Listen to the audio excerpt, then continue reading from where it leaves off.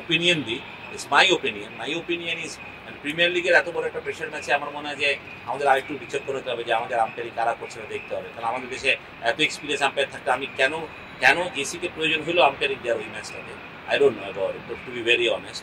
একটা গল্প শুনেছিলাম যে মুকুল বাসায় গিয়ে তাকে একবার না ভুল কথা, ফেটলিস না, তাকে আমি তখন একটা ওই যে আপনার কোয়ালিফাইং রাউন্ড খেলা ছিল, আমার পাড়ার একটা টিম ছিল বিজয়ের সঙ্গে, তারা ছিল ওইখানে খেলার জন্য আমি মুকুলের বাসাকে মুকুলকে নিয়ে এসেছিলাম খেলা। এই দিন এগুলো আজকে একটা নতুন না, এরকম অনেক ছেলেকে আমি নিচে ধরে খেলে গিয়েছি। তো না মানে আমি তো মানে এতটা খারাপভাবে বুঝিনি আসলে। বিকাশে কম খরচে ক্যাশ আউটের লিমিট বেড়ে 50,000, প্রিয় এজেন্টও 2টা। মানে আসলে মানে যদি খালেদ আর জয়ও ফিট থাকতো তাহলে হয়তো এতটা প্রবলেম হতো না, বাট দুজন ইঞ্জুরি হয়ে যাতে আসলে বেশি নাজুক অবস্থায় গেছে। প্লেয়ার মাত্র 6 জন, মানে এই প্রফেশনালি মানে যাদের প্রিমিয়ার লিগ চিন্তা করে এই কালকের ম্যাচে যে এক্সপিরিয়েন্স দরকার সেই এক্সপিরিয়েন্স মাত্র 6 জন, হাফ অফ দ্য টিম আমার নাই। But end of the day আমি যেটা বললাম, game of cricket, I am happy to play with any team. আমি বিশ্বাস করি ছেলেরা ভালো করবে, কারণ আমাদের আমি ওয়াইসিদের কিছু খেলা দেখেছি, যদি ওরা বাচ্চা এই প্রেশার দিতে পারবে কতটুকু আমি চাই না, আমি সেটা চাইও না, যারা প্রেশার দিতেও চাই না। তারা যদি খেলে মন খুলে খেলুক, আমি সেটাই চাই। যতটুকু দিয়েছি যদি ওরা ওদের ওইটুকুই খেলতে পারে আমি মনে করি দেবেন ওকে। না মানে আমি আম্পায়ারিং নিয়ে তো দেখেন, আম্পায়ারিং নিয়ে আসলে আপনি 1000টা প্রশ্ন করতে পারেন। মানে এন্ড অফ দ্য ডে আমার কোনো ব্যাটসম্যান যখন আমার 60 কোটি টাকার ব্যাটসম্যান 0 করে, আমি কিছু বলার থাকে না পারফরমেন্স, এটা খারাপ দিন চাইতেই পারে, হোয়াট টু এক্সপেক্ট। আম্পায়ার ভালো দিন খারাপ দিন, ভুল দিচ্ছেন ভালো দিচ্ছেন সবই।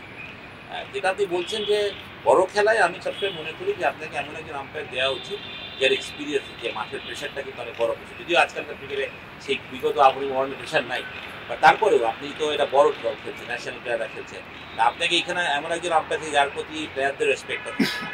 আমি ধরেন যে যিনি করেছেন আম্পায়ারিং, মানে আমি সিমাইট ভেরি গুড আম্পায়ার, এবং সে হয়তো বাংলাদেশের ডেফিনেটলি ফিউচারে সে অনেক ভালো করবে, তার ফর্মার ন্যাশনাল প্লেয়ার সব মিলে তার একটা ব্যাকগ্রাউন্ড আছে ডেফিনেটলি। বাট আম্পায়ারিং হিসেবে তার এক্সপিরিয়েন্সটা আমার মনে হয় না যে প্রিমিয়ার লিগের এত বড় ম্যাচে করাবে না। যদি আমি আমার ওপিনিয়ন দিই, it's my opinion is premier লিগের এত বড় একটা প্রেশার ম্যাচে আমার মনে হয় যে আমাদের আরেকটু বিচক্ষণ হতে হবে, যে আমাদের আম্পায়ারিং কারা করছে না দেখতে হবে। কারণ আমাদের দেশে এত এক্সপিরিয়েন্স আম্পায়ার থাকতে আমি কেন জেসিকে প্রয়োজন হলো আম্পায়ারিং দেওয়ার ওই ম্যাচটাতে, I don't know about it, to be very honest. আমার মনে হয় যে ডেফিনেটলি আম্পায়ার্স কমিটি তাকে ডেভেলপ করার চিন্তা করছে, বা ডেভেলপ করার আরও কথা আছে, বাট প্রিমিয়ার লিগের এইসব প্রেশার ম্যাচে না। আমার এটাতে উনিও ভালো কিছু শিখবেন না আসলে। মানে আমার মনে হয় যে সেখানে আমার মনে হয় যে আমি ওকে she is a very good umpire definitely, যে আম্পায়ারিং করছে ইন্টারন্যাশনাল করছে ডেফিনেটলি করছে। বাট ওই বাংলাদেশ ওমেন্স টিমের আম্পায়ারিং করা আর আপনার প্রিমিয়ার লিগে আবুই মডার্ন আম্পায়ারিং করা কিংবা prime bank and modern umpiring করার মধ্যে ডিফিকাল্ট আছে না।